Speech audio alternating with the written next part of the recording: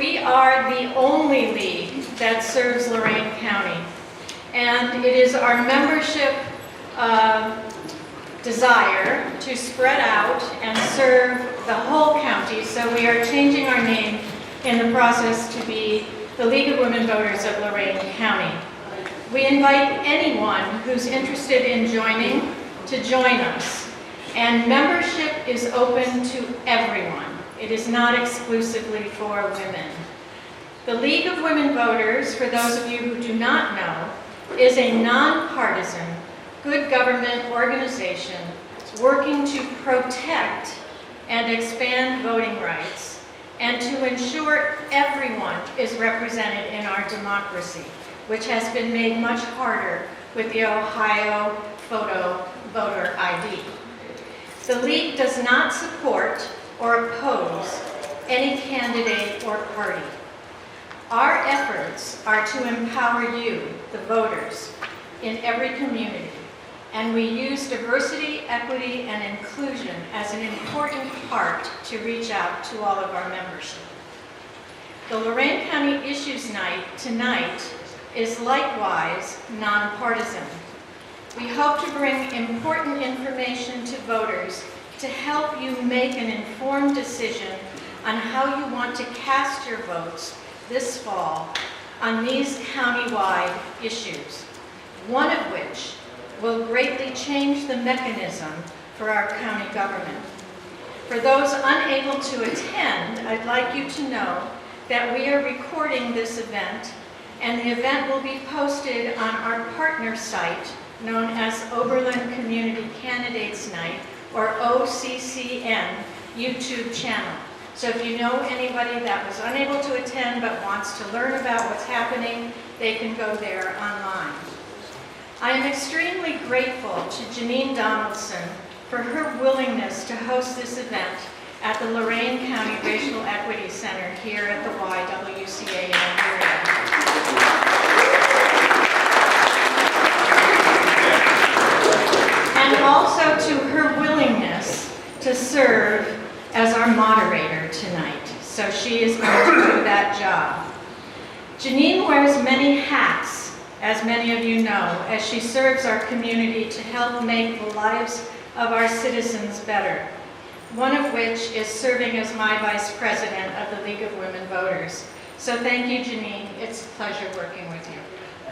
Tonight we will have brief 15-minute presentations by several individuals who have come here to share information about countywide ballot issues.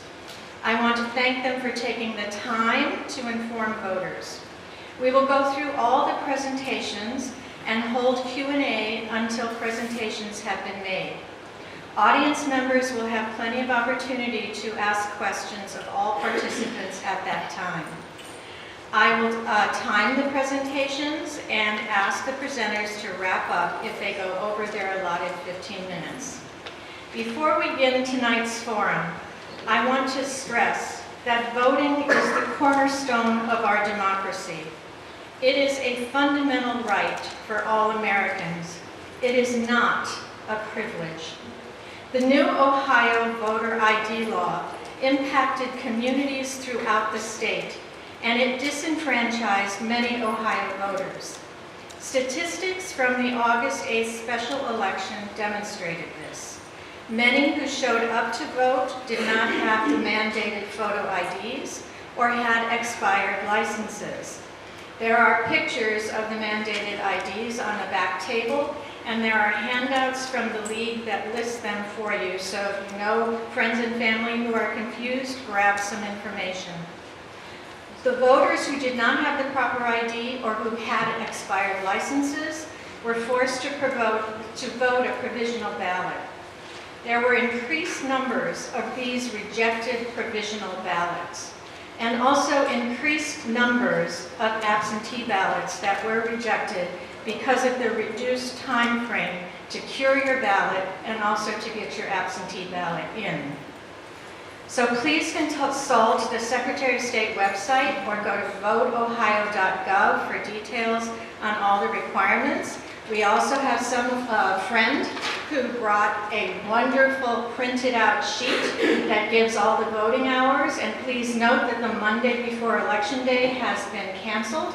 So the last day to vote is that Sunday, which is November 5th. Also, she has brought out information about absentee ballots and other information for you to look at. So please check that back table.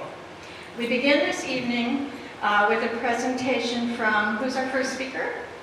Criminal Justice Services. From Criminal Justice Services, which is on the ballot as issue 22, and it will be followed by Metro Parks. the Metro Parks, which is on the ballot as issue 23, and then the appointed executive plan, which is on the ballot as issue 20, and finally the 911 additional mill ballot on the ballot as issue 21.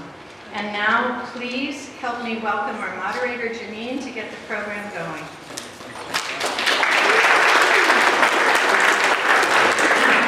Well, to all the folks that are participating officially, and for our audience, I'm going to ask you or tell you that this is my first time being a moderator, so please be gentle with me. So I want to welcome you on behalf of the staff and the board of the YWCA to the Elyria YWCA. The room that you're in now, in 1913, when we purchased the property, was the carriage barn. And we converted the carriage barn. We had activities, the women had activities, we had basketball. Elyria High School is only 3 blocks down south. And that was a period of time when they didn't think girls should play sports or women should do exercise, but they were able to come here and do those kinds of things. And the alley that's known as Holly Lane was named for Miss Holly, who was one of our executive directors. It used to be marked off so that the girls could run track from Elyria High School. So we have been doing this work for a very long time. So I just again want to welcome you. And we're now doing business as Lorain County Racial Equity Center, but we also have our traditional programs, which is our shelter for women, our dance studio for young people, and our Girl Power program that we run out of the city of Lorain. So welcome, and first up is Dr. Frank Miller from the Criminal Justice Services. Mr. Miller?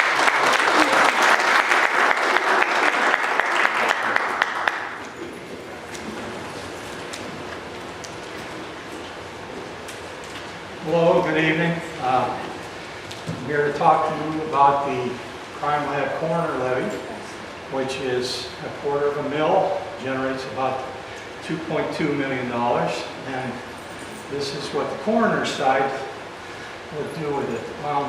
We have a staff of 9, including me. We take calls on about 1,100 deaths in the county. I was talk closer to the mic.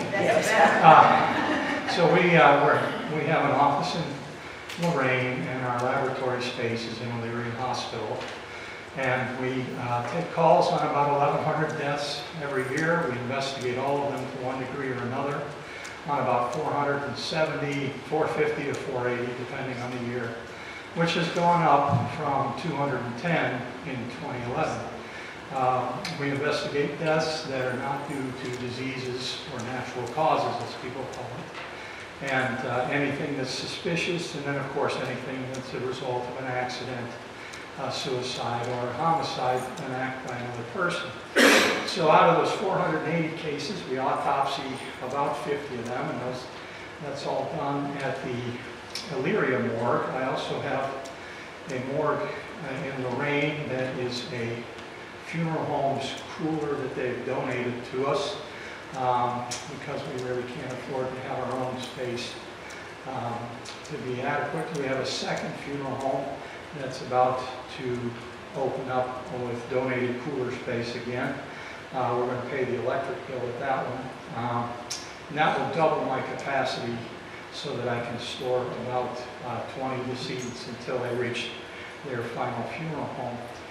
And we investigate these deaths by looking at the records, and then 5 deputy coroners and I or my investigator will go to the house, go to the place of death, whether it's a park or a highway, and look into the death. And the bulk of our budget is salaries for these 9 folks, plus me. And it's about $1 million, 1.1, with inflation would be maybe 1.15 million for the 24 budget ask. And that money all comes from the general fund because we are a county function. The care of the dead is a core government function, a core public function. So we don't have individual fees we can charge. Many people would not be able to cover our fees if we did charge them. So right now, all that money comes from the general fund, and the commissioners have decided to seek a levy for the coroner's office and the crime lab so that our budgets can be put onto a levy, which is voted on. I think this is a 5-year levy, so in 5 years it's working out. The levy will have to be passed again. And we will then exist on levy money, and that general fund $1 million can go to something else that's a county priority in the general fund budget. And so that's what we're doing. Over the years, we have switched to a forensic pathologist coroner who can do autopsies, me. And we have an investigator now who has a master's in forensic science. And we have 5 volunteer community physicians.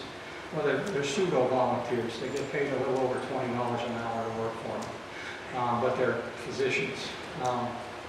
And they investigate on my behalf for the ones that I and my investigator don't investigate. So that's what we're seeking the money for. It's a choice for the public to decide how they want to fund the coroner and the crime lab, whether they want to pay directly into a levy for the coroner's budget. Of course, without the levy money, I would continue on the general fund, and the general fund would be $1 million shorter because I still have to be paid out of it. And so that's basically the gist of the coroner side of the coroner crime lab levy.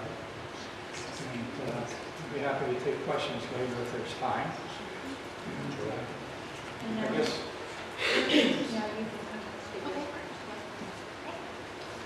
I'm sorry, would you introduce yourself? Sure, absolutely. Good evening. My name is Jillian. I'm here with the Crime Lab. I have been with Lorain County since November of 2021. And since that time, we have grown in the lab. We have added some additional equipment with some grant money that we were able to obtain. And back in January of 2023, the lab was seeking accreditation, and we were getting the new equipment in place and planning for our future development. And Mr. Armbruster, the county administrator, came down and said that he was thinking about closing our lab.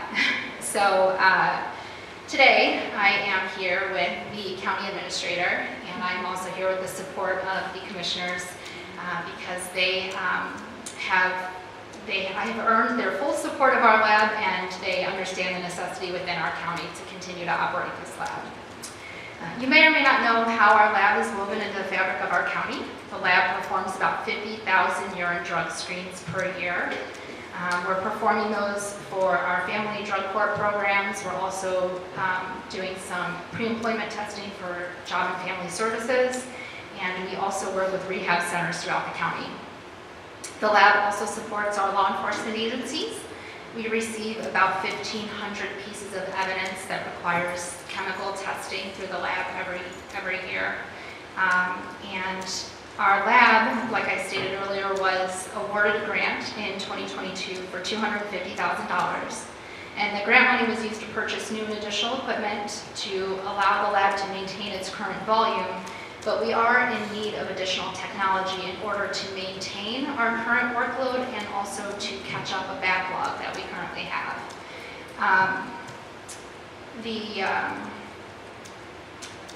In July, as I stated also, we did receive accreditation through ANAB for our C's drug chemistry department.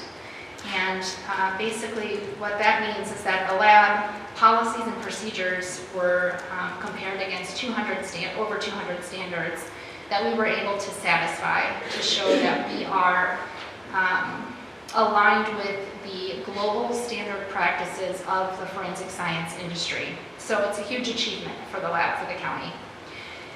In addition to that, the lab is really an extension of rehabilitation support services for the county, and we are a source of scientific data for our court systems, and the support of the levy is going to allow us to continue to aid the judicial process and also to help with the rehab programs throughout the county. Thank you.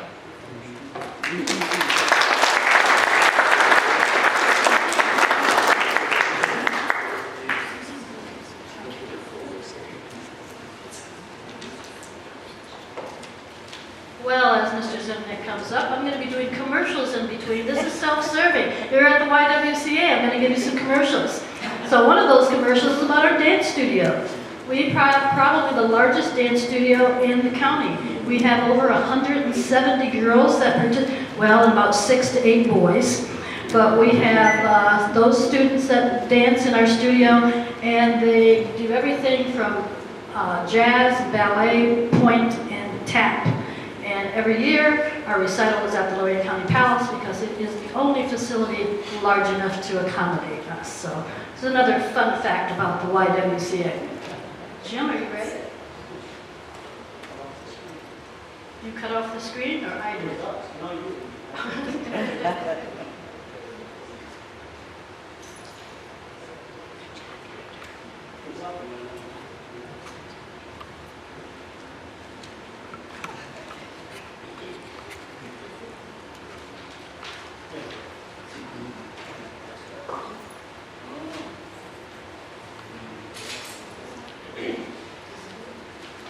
Okay. Thank you for your patience. Good evening, everyone. I'm Jim Zimnick. I'm the director of Lorain County Metro Parks. Appreciate everybody coming out tonight. We're proud and privileged to be part of this and have an opportunity to share our story and what we're looking to do here in the next 10 years. We're going to be on the ballot. We are, as they indicated, issue 23. It's a replacement levy, 1.6 mil. We are currently at 1.6, and actually the full disclosure is there's a quirk in the state law that did not allow a renewal this year. So actually our state rep, Gail Manning, got it through the bill, but it does not take effect till next year. So for us, it's a 1.6 replacement. Our valuations currently are over 20 years old, so this will bring things a little current, and that's what we're asking for on the November 7th ballot. And to throw another extra commercial, I think they indicated early voting does start Monday, the 11th. So you can go and get your early ballot filed. Okay, so, You can take it off the stage. what's that? You can take the mic off. Oh yeah, my little Tom Jones on this. Okay, thank you. All right, so that's our kind of our theme: preserve, conserve, explore. I'm going to skip down here for the interest of time. So we have, some of these things as I go through them quickly. We have 118 miles of paved or gravel paved trail, 27 miles of water trail. We have numerous public programs. We can answer those questions later. Let me back up on that one. Employees, we have 77 full-time, 13 part-time, 183 seasonals. Mostly, a lot of those are at the pools and on the beach at Lakeview. Facilities, number of people served. Nobody likes to talk about it, but we take a lot of sense of pride in this. As during the pandemic, we were able to keep things open. Pretty easy in the sense that we're parks, outdoor, but our numbers went from over 3 million a year, 3.5 million visitors, up to in excess of 4.5. So we saw an extra 1 million people for 2 years visit the parks. And again, that's dropped a little bit in 2022, but that's post-pandemic. So take a lot of sense of pride in that. We kept everybody working, we kept our parks open, and it paid off because people came and visited us and participated in the program. Our naturalist got out us a photo of delivering some programs for the young kids, for packages, so it was a lot of fun. Recreation, we have our Healthplex in Splash Zone in Oberlin. Our accomplishments, these are the things we got done in the last 10 years. We got Cascade, we leveraged a lot of money, federal money, into that. We got the bridge installed that connects Cascade and Elywood. New playground there. Henry's Barn, the North Star Preserve in Oberlin. That was the barn was actually donated by the college, and so we were able to work a deal with the young Mr. Nord, Richard Nord. He donated the land here in Oberlin. We moved that barn, we rehabilitated it. Part of the Nord's donation is that we named after Henry Thomas, who worked for and cared for the family in Oberlin. So it's great. It's a great facility, and we hope to do more. We'll show a little bit later in our future plans for that. Castle Reservation started with a donation from Ken Castle and Castle Builders. Over a series of years with some grants, we acquired more. It's actually one of our largest land holdings we have, and now it's in Vermillion, and that was the proverbial blink of an eye, and we have over a mile of paved trail already installed with more to come. The Avon Wetlands, the backstory on this is this land was actually acquired by the city of Avon because they were having a lot of flooding problems from what I affectionately call the biblical rains of 2014. This particular site and all the housing around it was literally 6 feet underwater. These people's basements were big, huge bathtubs. So the city acquired that, we worked with them. We then subsequently acquired it from them, worked with them, and built some wetlands, a trail, and then a stormwater filtration basin, which sort of sits up in the north, like the upper right corner, and we have more trails coming in on that as well. Royal Oaks in Grafton, we were able to acquire this with grant money, and we put a couple of miles of trails in there, connected that up with Sheldon Woods, so we have a pretty extensive trail system there. The Koff Family Reservation and Koff Family Golf Course at Cherry Ridge. Bucky and Joanne Koff donated that a few years ago. As many of you know, that is wildly popular, way beyond anybody's expectations. People love to play there. There's a lot of fun childhood memories. And true story, when we accepted this, and I went to the board, and they're like, really? And I'm like, yeah, but I said, I don't think it's really going to survive as a golf course, but because of the oxbow, the black, it'll make a great wetland or stormwater filtration because it's very sandy soil. And when it does rain and flood, it drains because it's so sandy, it drains relatively quickly. So that didn't really pan out, but again, it's very popular with seniors. We get a lot of women who come there because they can just play nine, have fun, and then young people, which we're hoping that we can start the next generation of golfers and learn the etiquette for a very affordable round of golf.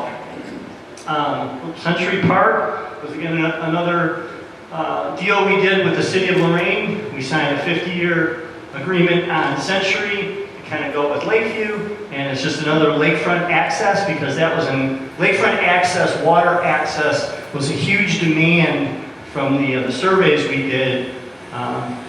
When we had used a private company to do some strategy for us, and lakefront access was huge in that. So we haven't been able to do much other than just keep this clean and patrolled, but we have plans for this into the next 10 years. Lakeview, which again, we assumed back in, I think, 2006, we had a very almost anonymous donation. We were left an estate, which left us several hundreds of thousands of dollars. So we're going to upgrade that playground at Lakeview. If you haven't been there lately, all the old equipment's been removed, and Actually, this morning I met with the construction and design team, so that's going to get underway here, as the weather turns, and in the next spring we'll have a brand new playground out of Lakeview, which will include some senior activity, adult activity, for fitness, both at the beach and then up closer we're going to have, so it's a mixed bag, it's multi-generational, and we're really pleased and proud to bring this forward. The North Coast Inland Trail, it's been in existence. We finally got everything connected up, and then again work with the Port Authority. So mile marker 00. If you're not familiar, the North Coast Inland Trail is actually close to 100 miles. They have 65 here, and I don't know why they put that in there. But from the Port Authority, the Oasis Marina, which is, we were able to wangle that and make that mile marker 00, all the way out to near Toledo. It's about 97 miles of paved trail that we partner with Lorain County Metro Parks, Erie County Metro Parks, Sandusky, through Huron, which is a Rails to Trails group. Sandusky, I said Sandusky already, but it's a pretty impressive Rails to Trails, and a good part of this will become part of the U.S. bike routes, which you'll start to see signs start to go up this summer. Here in Lorain County, and I think I have a slide on this. Here in Lorain County, we have 2 United States bike routes. These are the highways across the country with bike routes. Here's some of our accomplishments, some of the things we got done in the last 10 years. That's that survey I was referencing.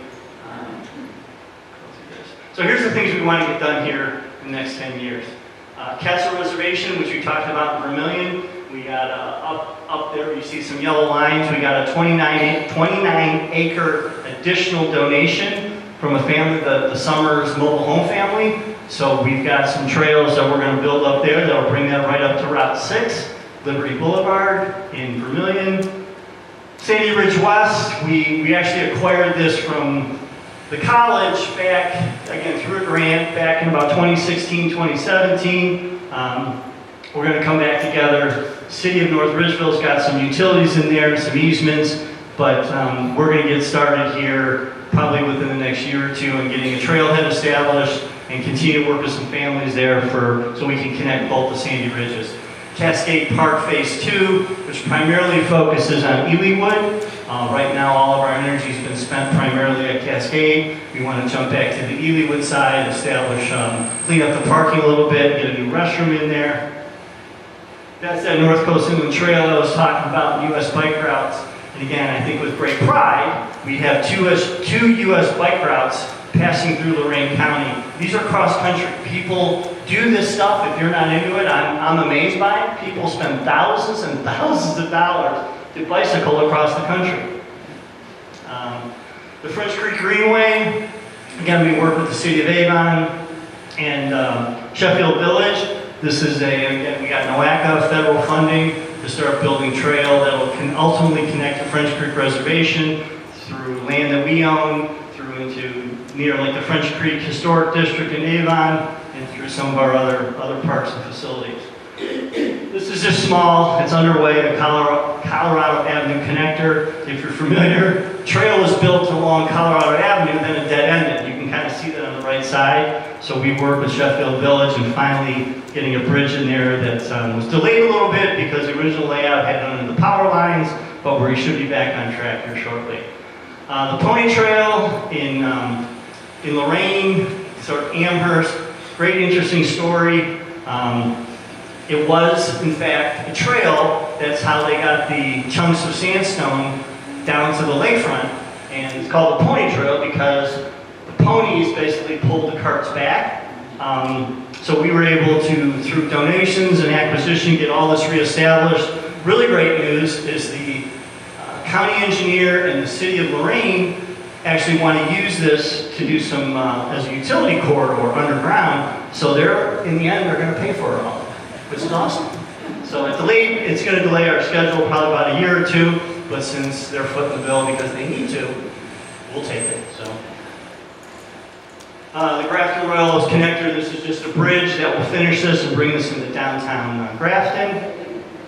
The Avon Wetlands extension, which we talked about earlier, that will connect that, and then you see what's dotted in the bottom part of the photograph. We were successful in using grant money to acquire 9 holes of bobolinks. So the Fitch family that owns bobolinks will operate for 2 more years, and then we'll take that, connect that up, convert that into some wetlands because it's a very wet area already. There's the Avon wetlands in that upper right corner. City of Avon donated or gave us a lot of millings. We're going to be underway here within a few weeks building that trail, and then next year we'll put the bridge in and we'll connect French Creek, go across French Creek and connect the 2 sides. So when it's all said and done, we'll probably have close to 2 miles of trail here, a lot of cool wetlands. 1 minute. 1 minute, okay, that's good.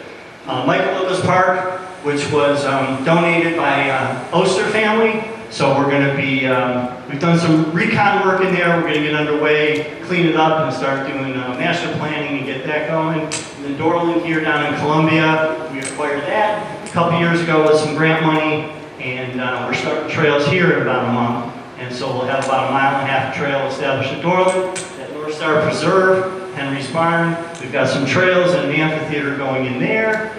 Lowell Street, another one that fell into our lap.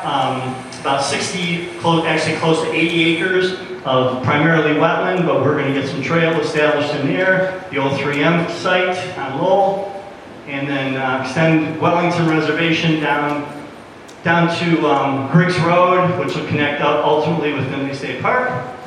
And then this is our last one, is the Avon Lake. We are fighting, I'm not going to stand here today and tell you it's guaranteed, but we are fighting very, very hard to bring home some big federal dollars so we can acquire this site. This is all privately owned now, the Avon Lake Power Plant.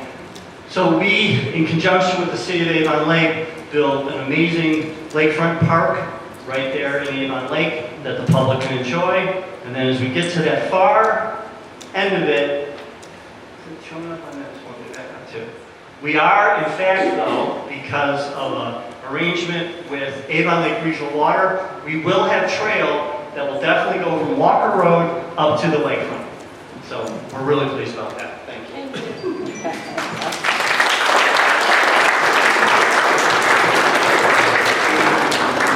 Another fun fact, Jim and I worked together in 2017, actually 2016, 2017, very closely to bring, he and I are in the Rotary Club, and it was our annual gift, our anniversary gift to the city of Elyria, the adaptive playground at Metro Park. So if you haven't seen that, that was a lot of work, right, Jim? Oh, yes. And money. Thank you for bringing that up. Not a problem. Thank you, Jim.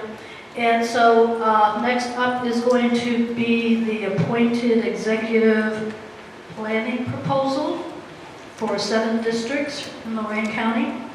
And that will be facilitated by Brian Hoagland. Brian, I want you to take a seat first. Let me know here at the table, sure. And Ted Kalo. And the way we will do this is we will have them up here. They'll have 15 minutes each to speak. And then, yeah.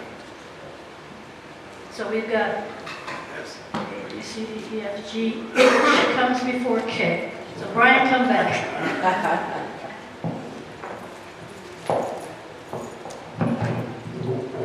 Thank you very much. So I can give you a couple fun facts too about this building. Okay. So back Speak into the mic. in the late 50s and early 60s, my mother and father used to run a dance hall for high school kids here. So they wanted somewhere for people to go. They wouldn't get in trouble. And so downstairs here, I believe downstairs here, they had every Friday or Saturday night, they had high school kids in for a dance hall. So let's think about the building. That sounds right. And my father was park director in Elyria for 56 to 80, so I appreciate all you're doing for the parks in Lorain County. Chuck Hoagland, yeah, this is my father. So thank you all for having us today. We really appreciate this opportunity to talk about the 7 districts for equal representation. I think a lot of you already read a lot about this and know about it, but what I want to try to do today is just give you some of the facts so you understand it fully. I would highly encourage you to look at Ohio Revised Code 302. It's not that long, it's a short read, but it'll give you all the facts. There's not a lot to it, not near as much as what I hear out there. So here are some of the facts. Right now, you have 3 commissioners elected at large over 300,000 county. What the 7 districts will do, it will appoint 7 districts, and you all hopefully have this page you're looking at and the map, and there'll be 7 districts. Each one will be represented by a commissioner. So every single district will have their representation, much like city councils right now. So city council right now, you have wards, same thing, your districts, 45,000 people, so it makes it a lot easier. Why 7? So we had experts come in and go over the different options, 3, 5, 7, and 9, okay? 3 wasn't enough. We see how 3 works in the last many years. 5 didn't create a minority-majority district. One of the things you have to do is create a minority-majority district. 5 did not do that. 9 broke up too many city wards and cities, so that didn't work. So 7 was the best number there. Mark Saling from Cleveland State University and Bob Dykes are the ones who draw the map that you're looking at. We did not draw that map. They did. They are known for drawing non-gerrymandered districts. They've done it for Cuyahoga County, they did it for Summit County. If you look at the map, I don't see how anybody can say that it's gerrymandered. They're all contiguous. So they did it, we did not do it. All we did at the end was we looked at it to see if it created any political outcomes that we didn't envision. And it did not. And I'll go over those in a little bit. Only guidelines we gave them, again, create a minority-majority district, and don't split any city wards or cities unless you have to. And there's only one that they had to split. But again, what it does is it guarantees representation for every single district in the county. 7 districts.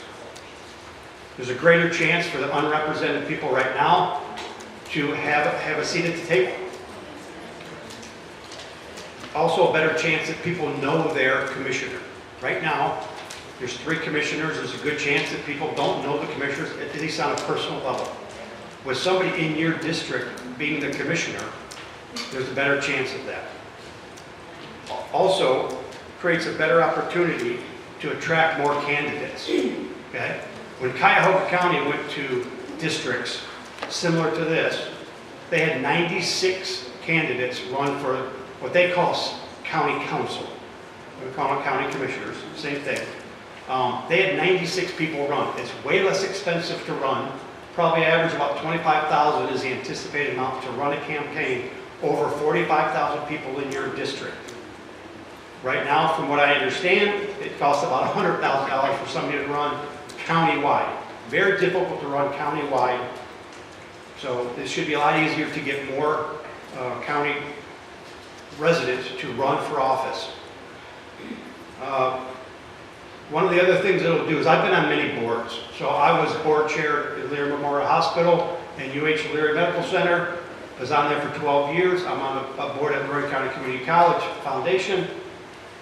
All the work, most of the work gets done at a level that is by committees, not in the big group board meeting, okay?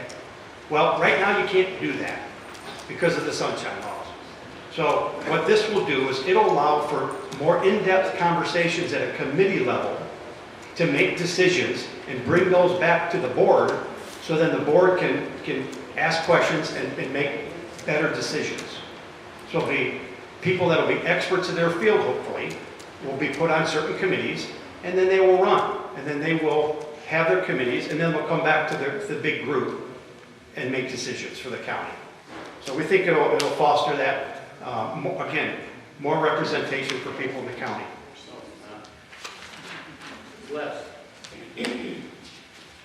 Also, right now it takes 2 votes to get anything done. Okay? If you want to pass something on policy or on finances, whatever, it just takes 2 votes. And my personal opinion is that's not enough. If you have 7 districts, it'll take at least 4.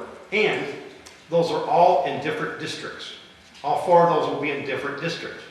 So I think it'll make for a lot better decision-making. There's a better chance that you're going to have a wider range of people that are on the commissioners, because you're going to have 7 instead of 3.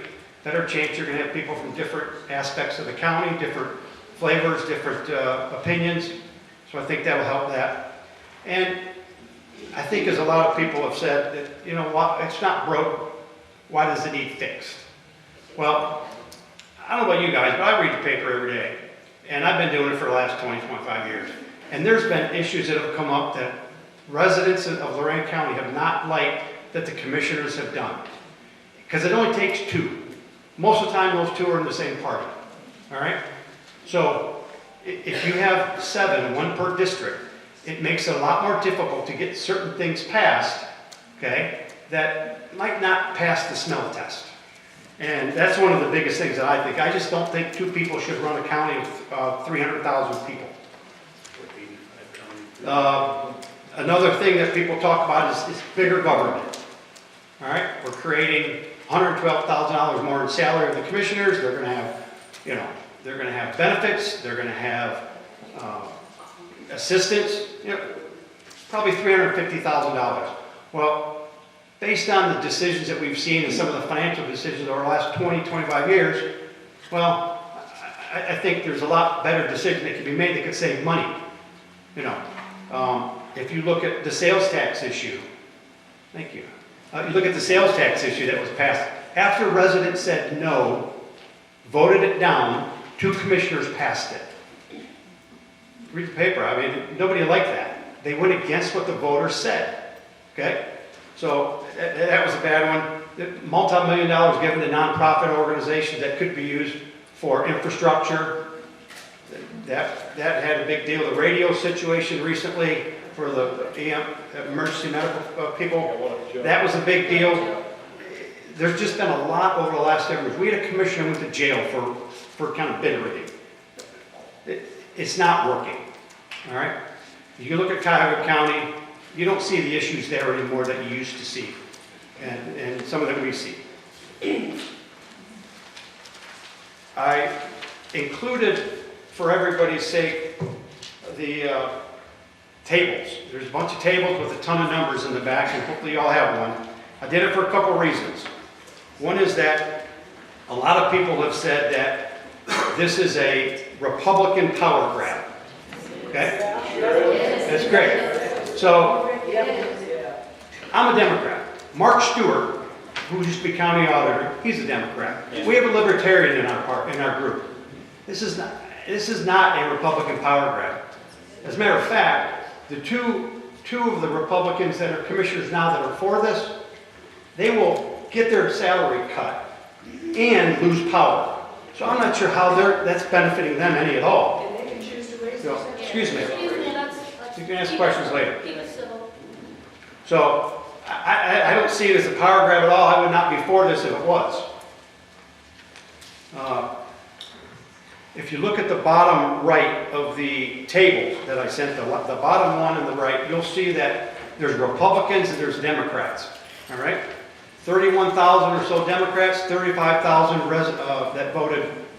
that are Democrats in the 2020 election. Okay? That's how the county is. That's what the county looks like.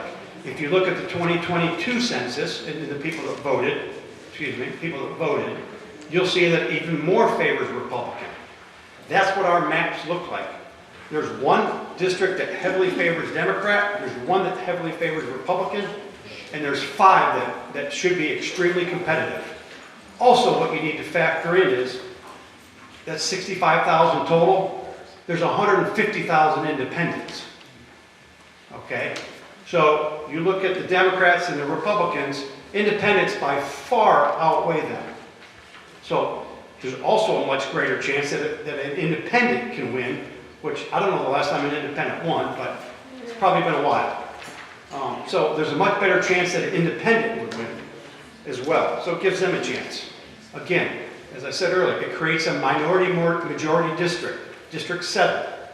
There's a much better chance that we have a minority as commissioner as well. I think that's really good. couple more things and I'll turn it over to Ted here. Couple things. The elected positions right now will not change. Okay? They will not change. If you read the Ohio Revised Code 302 and you'll see that. The 7 commissioners may create some other departments. Just like the 3 commissioners now have created an HR department at one point, they can create departments right now. It's up to the 7 people that win what they're going to do. I have no clue. I have no interest in doing that. The 7 people that are commissioners, all from different districts, will get to decide that. Okay? They also have to balance the budget. That's their job. It's a $73 million budget. Okay? So it's up to them to balance it. They're going to make better decisions. They're not going to vote as much politically. They're going to do what's right for the county, hopefully. But it's up to those 7 people. Right now it's up to 3. It'll be up to 7. 3 have a lot of power right now. 7 each will have a little less power than the 3 have right now. Also, I read in the paper that it calls for a unelected administrator. Yeah? So what we have right now is what we've always had. So I'm not sure why that's an issue. But that's what the writer said. You know, that's what we've always done. So that's not a change at all. So let me just take a quick look and make sure I hit all of the points I wanted to make. Appreciate your time. And you do have 2 minutes now. 2 minutes? I don't even need all that, but I appreciate it. Yep, that's it. Okay. Thank you very much for your time. Really appreciate it. Look forward to questions.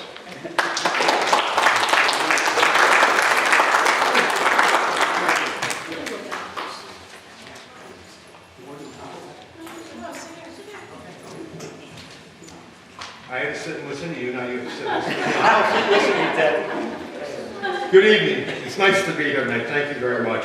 I'm here representing the no side. My name is Ted Kalo. I'm currently Lorraine Municipal Clerk of Court, and I served 14 years as a Lorain County Commissioner. I served on a board of 3. Like 86 out of 88 counties in the state of Ohio have done since the beginning of time, just not for a few years. There are 2 other charter forms of government, which is to be turning our county government into a charter, which most of our cities are, and some cities are statutory. There are 2 other counties, Summit County, you can't hear me, I'm sorry, Summit County and Cuyahoga County. Summit County in the late 80s went to a charter form of government with a county council and an elected county executive due to a scandal. Most people don't remember that, but we can all roll back to 2008, 9, 10, 11 with the big Cuyahoga County scandal. 3 commissioners, a couple went to jail, county auditor went to jail, it was extremely bad. The citizens rose up and said, we got to change this, we can't have this. They put a ballot issue on, similar to this ballot issue, and they changed the form of county government. Both due to scandals. But what they've done, they have an elected county executive. That's the difference to a plan versus a county council, where a district, 7 districts within the community, 4 people pick the county administrator who handles the day-to-day operations, especially with this position now, 7 being extremely part-time. As a commissioner, I worked about 4 days a week, hardly. You always had your time off in between meetings and such. Our assistants put together our agendas. There's multiple committees to serve on that handle millions and millions of dollars in funding, whether they were public works money going to help the metro parks or NOACA or Metropolitan group that handles all the federal funds coming in that gets distributed to all the communities within the county. When you have a board of 3 county commissioners, they are accountable to all residents. We have to look at the overall program and where the best benefit for the dollars we may get, or the best decisions. One of the worst things I ever went through as a county commissioner was a ditch hearing, and I'm sure Commissioner Riddell can agree with me if he's done many of those yet, where you're out in residents' backyards talking about digging them all up. Well, you do drones now. We do drones. You do drones now. We weren't allowed to at the time. Where we actually walked people's backyards because they were very upset. But you, at the end, after public hearings, have to make a decision for the public benefit all of the surrounding area, whether that ditch improvement makes progress for you, or if it doesn't and is bad for the residents. So there's a lot you have to know as a county commissioner overall. In our townships, we have 3 township trustees. They oversee it all. They don't have a council. All of our other communities who have councils, they have an elected mayor. They don't have an appointed mayor. Somebody has to be responsible at the end of the day for the entire area they're covering. If I'm a county council person, and if this plan were to pass, I'm going to worry about my district. Now, if I were to get where I live at, the 8th Ward in Lorraine, that means I also have to be concerned about the issues of the 8th Ward only, not the city of Lorraine, because it's been cut up, and by the way I read the plan, North Ridgeville, Elyria, and Lorraine are all split. There's 3 areas that are split, not one.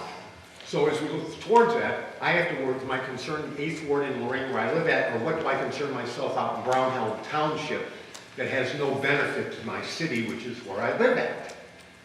It isn't a plan that's going to benefit the county overall. Everyone gets the chance to oust the commissioner. I mean, the last few commissioner races, everybody's gone because they weren't happy with the last decisions that were made, or their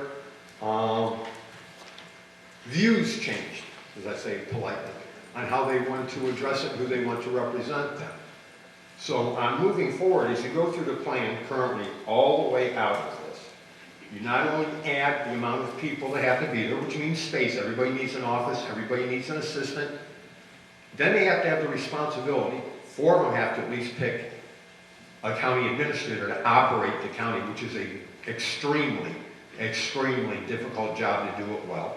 We had a very good county administrator when I was there, Jim Cordes. They have a very more than competent county administrator now, Mr. Armbruster. But 4 people decide who's going to run the county, 3 are left out. Now, we heard we're going to have 1 minority. There's a chance for a minority to be somewhere in that district, okay? So that's 1 out of 7 that might be picking, you know, looking at the minority issues. But when it comes to picking the person who's going to run your day-to-day operations, 4 people get to pick this person. No other liability. The other 3 could be on the outside, depending on where you're elected at, party-wise. And that's not what this county needs. Instead, I spent 14 years as a county commissioner. It operates very well. Everybody agree with us? No. I mean, when I first got elected, most of the townships didn't want to talk to me. I was a big bad Democrat out of Lorraine. They didn't want anything to do with me. But I built relationships. We got a lot of things done countywide everywhere. So my best relationships were with Republican elected officials and their staff. We worked and didn't have any issues because there's a difference between running for office in a political sort, Democrat or Republican. But when you win the office, you then quit running for office, and then you have to learn how to govern. That's where a lot of the people today are missing out on. So as we go forward on this, and I can't wait for the questions, because I'd love to debate a lot of these issues. When you're going to vote, you've got the opportunity to keep government as it is, as it runs in the state of Ohio, with 3 county commissioners. You have your local representation with your 3 township trustees. If you're in a village or a city, you elect your city council people, but you also elect your mayor to oversee all operations of that city. And I think you really have to look at it from that standpoint and that view. Do we want our county to look like a city, and we're not sure who's responsible?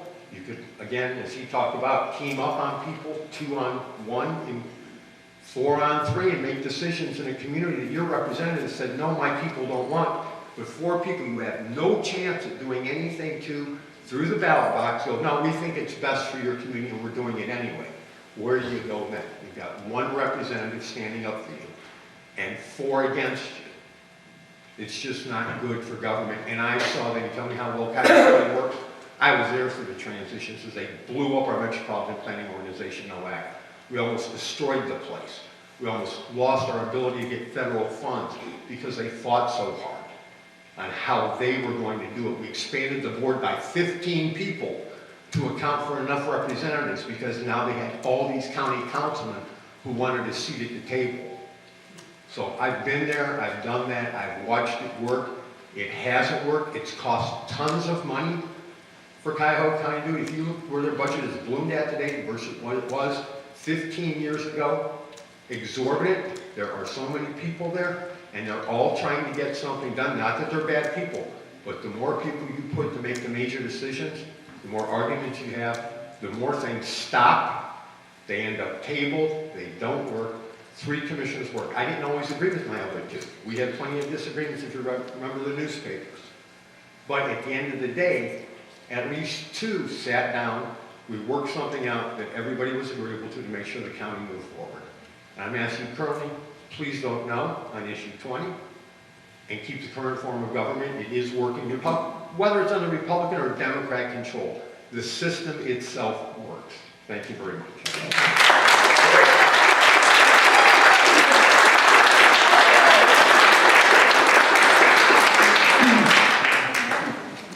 So could I ask the representative from 911 to come up, Mr. Robert Gerner? Fun fact, when the YWCA purchased this property, it was called the Miller Estate. Mr. Miller owned the quarry in Grafton, and at the time of his death in 1913, it was the largest estate in Lorain County that had been recorded.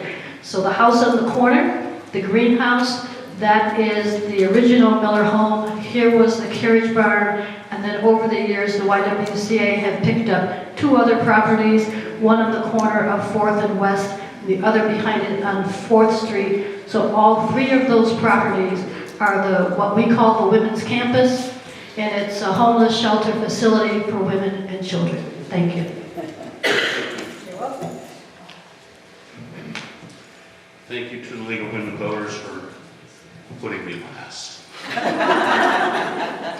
I'm not sure that if been to a comedy club, the headliner that goes last follows that, but what can I say?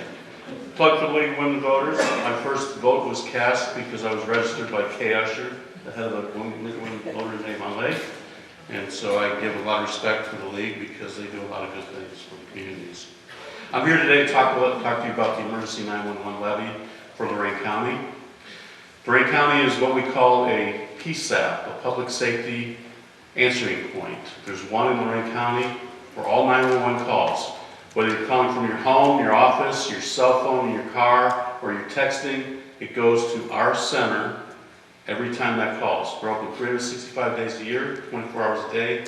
We never close. In 2022, we fielded almost 430,000 911 calls. That's a lot.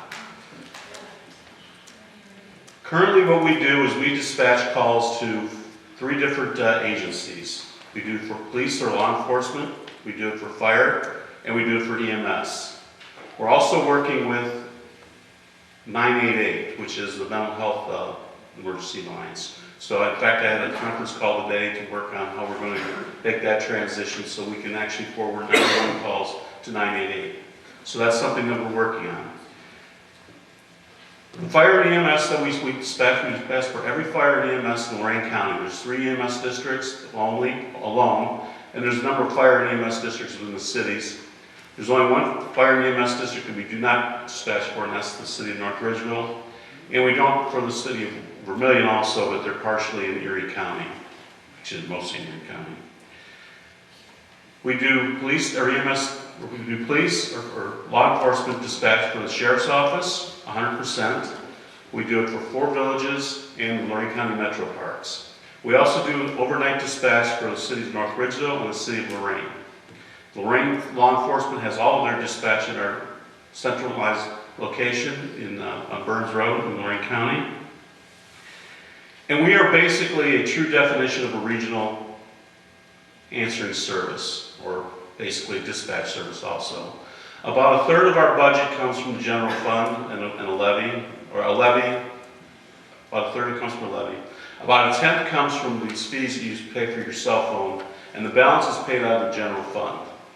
We are currently staffed at about 23 dispatchers and 5 administrators. Ideally, a center our size needs to have 30 full-time dispatchers.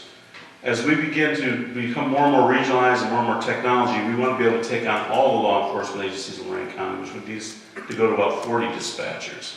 We understand that a lot of communities don't want to have their law enforcement come to us because there's a lot of synergy with the communities having their own dispatch in-house. That's great, but you're losing a lot of our technology and they're using a lot of our software to do all that stuff, which is okay. And we have a great relationship with the Police Chiefs Association and the Fire Chiefs Association. So we want to continue doing that, we want to continue moving forward. The levy basically will generate $500,000, which is about a little over $4.5 million per year. It'll cost a $100,000 home about $18 per year. So it's not a huge impact on your budget. If you have a $300,000 home, it's about $1 a week. I'm not here to tell you to vote yes or no. I'm here to basically give you the facts and the information that's available to you. If you have any questions, I'd be happy to answer them for you. But I'm sure most of you want to get on to the 7 districts and have that argument so that you don't have to worry about 911. Thank you.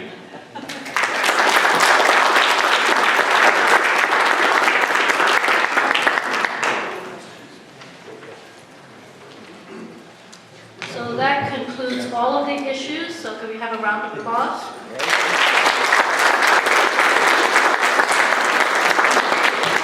You know, we at the League are about good government, and I think this is a testament that that can happen. And I'm very hopeful about the discussion that will follow. But we do have the sheriff in the room. I'm not anticipating anything bad, but we won't stand for it, okay? So, we are taking questions, and it can be on any one of the issues. And so we have the 2 gentlemen from the 7th district issue here. So, ma'am? Hi, there was an allusion to how the state's sunshine laws affect the ability of the 3 commissioners to operate. Could you explain why how that's? The question was that there might be an issue of violating the sunshine law with 7 commissioners. No. I just want to know what the constraint is that comes from the sunshine laws that makes having 7 better than 3. What is the constraints that come from the sunshine law if you go from 3 to 7? Brian said I'm probably best at answering that. The sunshine law means that you cannot have a majority of a board meet privately and make a decision on an issue. It does not forbid a majority of the board from discussing an issue. That's where it sometimes gets harried and people concerned. If I was sitting in a meeting with Lori Kokoski or Benny Blair, her and I could speak about an issue, but I couldn't go, hey Betty, how are you going to vote on this? Or there couldn't be any pressure to vote on that. That's where Cuyahoga County had a lot of problems and theirs then rose up. You're allowed to discuss, you just can't make a decision behind closed doors, not in the public eye. But you can discuss and make a decision in the public eye. Correct, but a lot of discussion when you're trying to get facts and figures done, and understanding of certain issues, whether it be financing the county projects, doing bond projects. The county administrator and the budget director and a finance person would sit with the Board of Commissioners giving us information that we could then digest. So we're allowed to meet, we just can't make a decision without being in the public eye. Yes, sir? Yeah, my question is, either one can answer, but it's on this district thing. I heard it said that I'm going to get more representation by having 7 rather than 3. Well, if you have 7, I'm only getting 14% of the vote for commissioners. I got 100% vote now. I can vote for all 3 of them. Now I'm only going to vote for one tiny one. I don't think that's to the advantage of the taxpayer. I would like to hear the That wasn't a question though, so. I would like to know where they come up with it's going to be more representation. Thank you. He wants to know where there's more representation with 7 when the percentages don't indicate that. Thank you for the question. Appreciate it. So, why we say it's more representation is that there's going to be more people in the county that are going to be involved in decision making. So you're going to have not only people that are commissioners making decisions, but people are going to know them. People are going to know who they are. There's a better chance of them knowing them and getting their points across and talking to them about different decisions than there is right now. More people are going to run for county commissioners than do right now. Not many people run. Again, Cuyahoga County, 96 people ran. That's more representation. That doesn't help me as a voter. Question? When you were speaking before, you said that the money could be reappropriated to help fund it. How actually are you going to pay all of these additional salaries? Where is the money actually coming from? The question is to Mr. Hoagland, I presume. Yes. I think I mentioned that, but I think that there's going to be a lot better decisions made by the commissioners. They won't be as political of decisions because two people from the same political party can make these decisions and choose to spend our money, taxpayers' money, not efficiently. And I think that's been happening for 25, 30 years. I think that they'll make better decisions. They still have to balance the budget, right?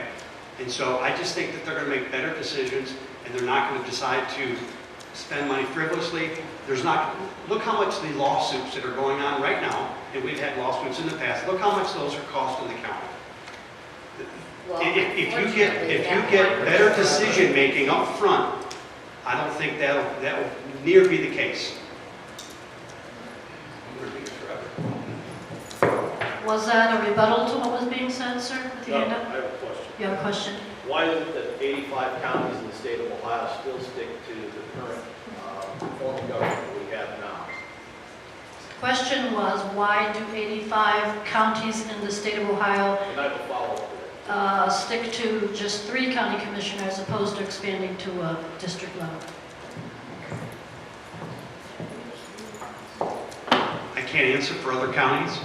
I can tell you that Lorain County is the 9th largest. The 45,000 people in each district is bigger than many of the counties. So when you're that small of a county in Ohio, there's not as much of a need for it. We're like, I think, the 9th largest county. So 2 others that are bigger than us have gone to that. Others have tried and they got shot down by different reasons. So I just think it's a... I have a follow-up to that. too. I think Ted wanted to respond. It's actually 86 out of 88 counties currently. We only have 2 that have gone to charter form of government because it's efficient and works. The Board of County Commissioners is not local government. The Board of County Commissioners works as a direct arm of the state of Ohio. When the state legislature passes a law, the governor signs it, the county is required to make sure it gets done in how they say it. So it's not like your local home rule that you would have as a city or a village. That's why it's phase 3 representing the entire area, and then you have your cities, villages, and townships have their representation, either 3 trustees and or a city council and an elected mayor's position. Can you actually say, sir, that the in Cuyahoga County where they can't keep a sheriff right now, how many people they had a sheriff? I'm going to stop there because that would be speculation on his part. Your question? I just want to go back to the funding thing because I don't really think I got an answer on how it's going to be funded. I mean, I understand that the money can be reappropriated, but I need to know, are the taxpayers going to be the one that's going to be paying for this? Where's the money coming from for all of these salaries and all of these things to cover all these people? Who's paying for additional salaries and services created by this? The taxpayers aren't going to pay any more for that. Again, there's a $73 million budget, and that's what the 7 commissioners are going to have to balance. 3 balance it now, 7 are going to have to balance it then. So I look at the $8 million that was given to nonprofits. That could have spent on infrastructure. Hey, wait. No, I get it. Well, you can split it. I mean, I'm just saying, money will be spent more wisely, and they'll make better decisions. I'm sorry, Janet? Sure they are. I want to follow up on her question and say, how much money is it going to cost to have these 7 commissioners how much money will it actually cost for the 7 commissioners to have money and staffing? Well, if you do the math, that on the commissioner's salaries alone, that's $112,000. If you look at benefits and you look at however the 7 decide to do administrative assistance, then $350,000 is the number that I've heard most people talk saying.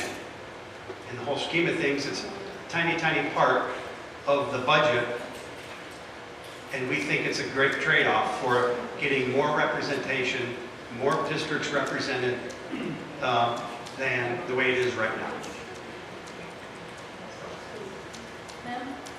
It's my understanding that if the 3 commissioners would agree to take a pay cut to go to 7, that kind of your thinking? It is, So. Repeat that. I'm sorry, the question was, will the 3 commissioners, if they choose to run again, take a pay cut? And the answer is yes. Right now, they make roughly $93,000, I guess, and this calls for $56,000 for a county commissioner for a less than full-time job. It's more than what Cuyahoga and Summit County pay their county council members, and we feel that's a good. So is it also true that the commissioners decide their own salaries? No, this is written in the statute. So if you look at Ohio Revised Code 302, it's in there. We had to take a percentage of the current commissioner's salary, and we did that. And if you do the math, it's $56,000. Still a pretty good bit of money for somebody who has another job that's working in wherever sector they're working and doing this as a part-time job. It's a lot of money and benefits. We've got some questions up back I just here. want to respond to the question here with the lady. Currently, the Board of County Commissioners, their pay is set by the state legislature. So they determine, we went 8 years one time with no raise. From the state legislature determines our salaries. Under a charter form of government is when you have the ability to put that in there at the 60% number, I think. What's the number, Mr. Riddell? No, it's 60% of the statutory salary Correct, that's set what I by mean. the state. It's not voted on by the commissioners to raise their pay. No, not at all. That's what I'm saying, the state 60% legislature. of what the state said. Right, the state says, and then it's Right. doing the charter form of government, you do 60%. It's not a charter. But it's not a charter. Okay, it's a change in the form of county government.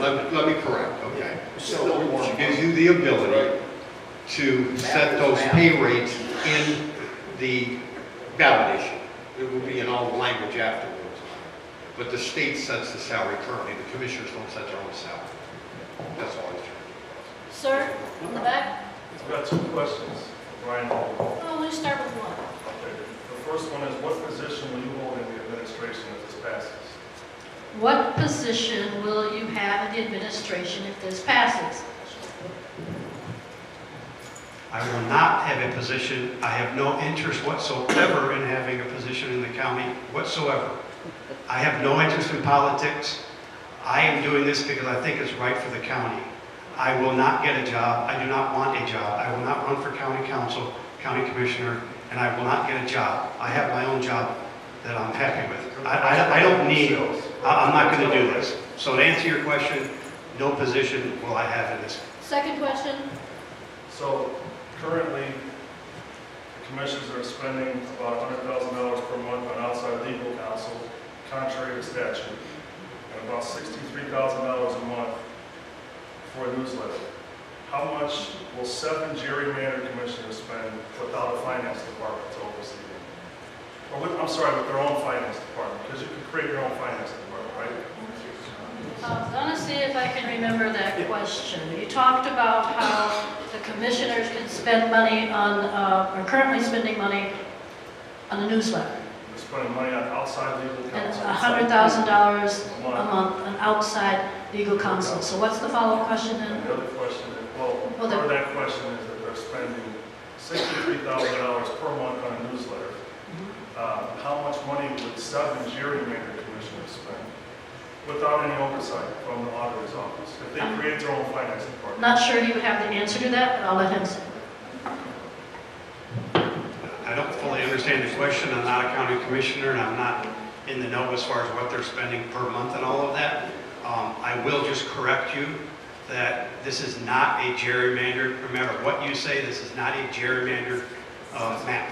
It is not, in no way, shape, or form is it gerrymandered. Yes. I know you won't believe me, Why but not have a large commission? you need to talk to the people Why that not do the have map. 7 at-large commissioners? If it's not gerrymandered. Let's say. Yeah, I got a question for Mr. Berger, even though. Yeah, thank you. Thank you. Thank you. Thank you. Luckily, at least most of it you said, but it surprised me, and I didn't get it all written down. How much comes in from the current half-mil levy? Everybody should know that there's a current half-mil Right. levy supporting 3.2 911. 3.2 million. 3.2. Under the current. 1%. And then what's the total of budget? 6.8. 6.8. And then how much from the telecommunications? About 600, a little over 600,000. His question was, how much do we get from the current 911 levy, which is 3.2 million, and how much do we get from the user fees for cell phones, which is a little over 600,000? And that's all the income? Yes, and 600,000 can only be used for technology. It cannot be used for operations. But it's still part of the budget? It's still part of our budget, yes. About 35% of our budget is technology. So 6.3 million total budget, so below, about half, you're getting about half from the two sources. Correct. Where is the balance coming from? The general fund. General fund. If you get the additional $500,000, how much does that bring? Or the new $500,000? About 4.5. So we will have extra money, Well, but again, we're looking at growth. Does that go to you, to the 911 direct? It can only go to the 911. Doesn't go to. It cannot go to, no. But then the That's- general fund can cut back on how much they're allocating to 911. That's correct. The goal here is to actually have no money from the general fund allocated so 911 operates as a separate entity. But Yeah, what?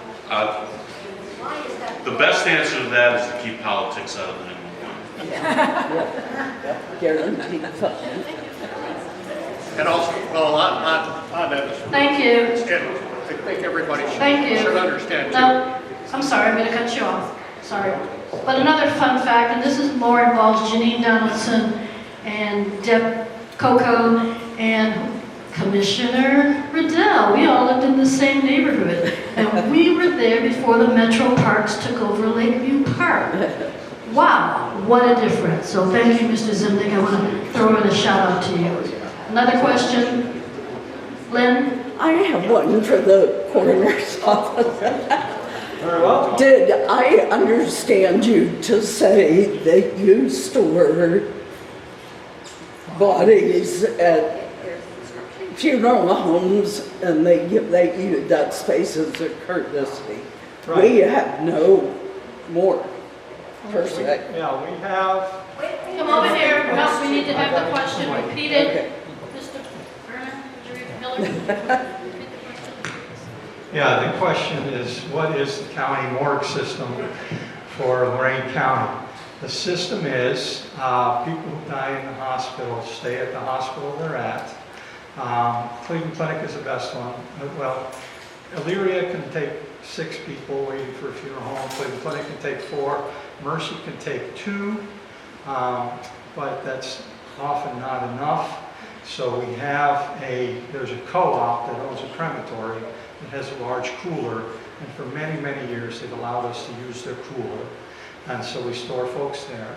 There's another funeral home that is moving into a new building, and they have 2 coolers. He's going to use one. He offered me the other one. That one can hold 12, and I'm going to try to put a rack in so I can do 15, because during COVID, we had a 53-foot refrigerated trailer at University Hospitals. I got a 53-foot refrigerated trailer from Ashtabula County Emergency Management Agency because the velocity of folks who needed to move to the funeral home. There's several complications. Even today, fellow's 85 years old, fairly sick, died at home. He and his wife had never discussed a funeral home I had to pick him up and hang on to him for a few hours. Actually, I may still have him. There's another one. Not exactly the theater. I speak very directly, because another fellow, his funeral home's in Ada, Ohio. I had to store him briefly until Ada, Ohio could drive over here and pick him up. So we do not have government-owned space as a morgue. We use Elyria Hospital and 2 friendly funeral homes. Actually, there's a third one that's our backup funeral home. When everything's full, there's 3 funeral homes that will help us, but 2 of them I will have control over some of the cooler space at all times. So we're actually looking very good in the near future. Another question for you. A coroner question? Okay. So, if I understand correctly, currently it's all combined into one voting issue, supporting the morgues and supporting criminal or drug testing lab services. Is that correct? We can't vote for one and not the other. It's gotten combined. Yeah, this levy's combined. We've had this levy in the past. We've had the drug lab. I think has a very small levy that's totally insufficient because it's from the 80s. And then we've had, the crime drug lab levy. We've had a coroner and drug lab levy, and this one is combined. So you're voting for $250,000 for supporting both of us. And the division will be done by the budget department of the commissioners, but will only be used for either my budget or the crime drug lab budget, because it's a levy dedicated to me, it will be only legally used for us. But they are together. You can't vote against the coroner and vote for the drug lab because it's a one-piece unit. Amanda, you had your hand up. Is that for him? It's for coroner and also the crime lab. It's a comment leading into a question. So, full disclosure, I'm the city of Elyria law director. We work closely with the crime lab, and my previous life as prosecutor worked closely with the crime lab. Not to be a doomsday scenario, but if the 2 of you could just explain, should this not pass, what will that look like? I just can speak personally from whether it's family court, whether it's our muni recovery court, whether it's waiting on tests of different chemicals because of traffic accidents. I can tell you I feel very fortunate that we have somebody just down the street who can do these tests. If we're sending them to Columbus, they are even more backlogged than what you described. We could be waiting a year to get test results back.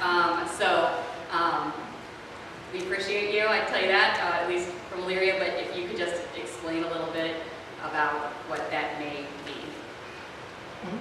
So in the event that the levy does not go through, so the commissioners are going to balance the budget, and I will be funded by the general fund. The crime lab will be funded by the general fund, and if the budget's balanced and inadequate, we will do the best we can. Of course, if the crime lab isn't able to handle the volume, I'll let Jillian describe what happens there. Who's that guy? Maybe I can help answer. The funding for the lab will come from the general fund as well, and we will continue to operate with the budget that we're allotted. We do need new equipment in order to catch up this backlog, so it is critical that we find a source for that eventually, be it grants or the help of this levy. But we will continue to operate. The nice thing about the crime lab versus sending it to BCI, for instance, is one, we are right in your neighborhood, so we're right down the street. We do work with the prosecutors for the various cities in the county and try to help prioritize our workflow based on need. And also something else that we can offer that BCI cannot offer is that we can accept different types of evidence submissions to allow our agencies. There's one particular that I'm thinking of. They bring us interesting trash pulls and they ask us to test it to see if there's anything on it. And when it comes back positive for something, it allows them to go to the court to get a warrant to then pursue that further. BCI will not accept anything like that at all. So it is a resource, and also there are counties surrounding Lorraine County that do not have their own labs. So if we get this equipment up and running, we can try to outsource, or not outsource, but bring in work from these smaller counties surrounding us and actually create some revenue from that process. So, yes. Yeah, please, by all means.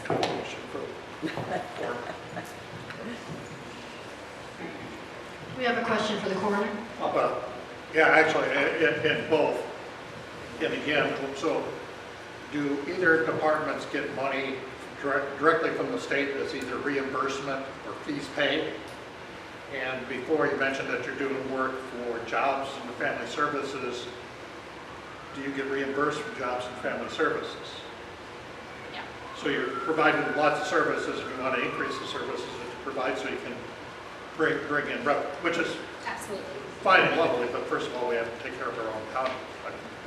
So the question I spent many was, nights out on the road. question was, do you get reimbursed by some of the And nonprofits that use your services? And we have been one of those in the past, because in order to keep a safe and secure housing facility, we have to do random drug testing, and it will cost us a lot less money if we don't have to parse it out. So that's a commercial for you all.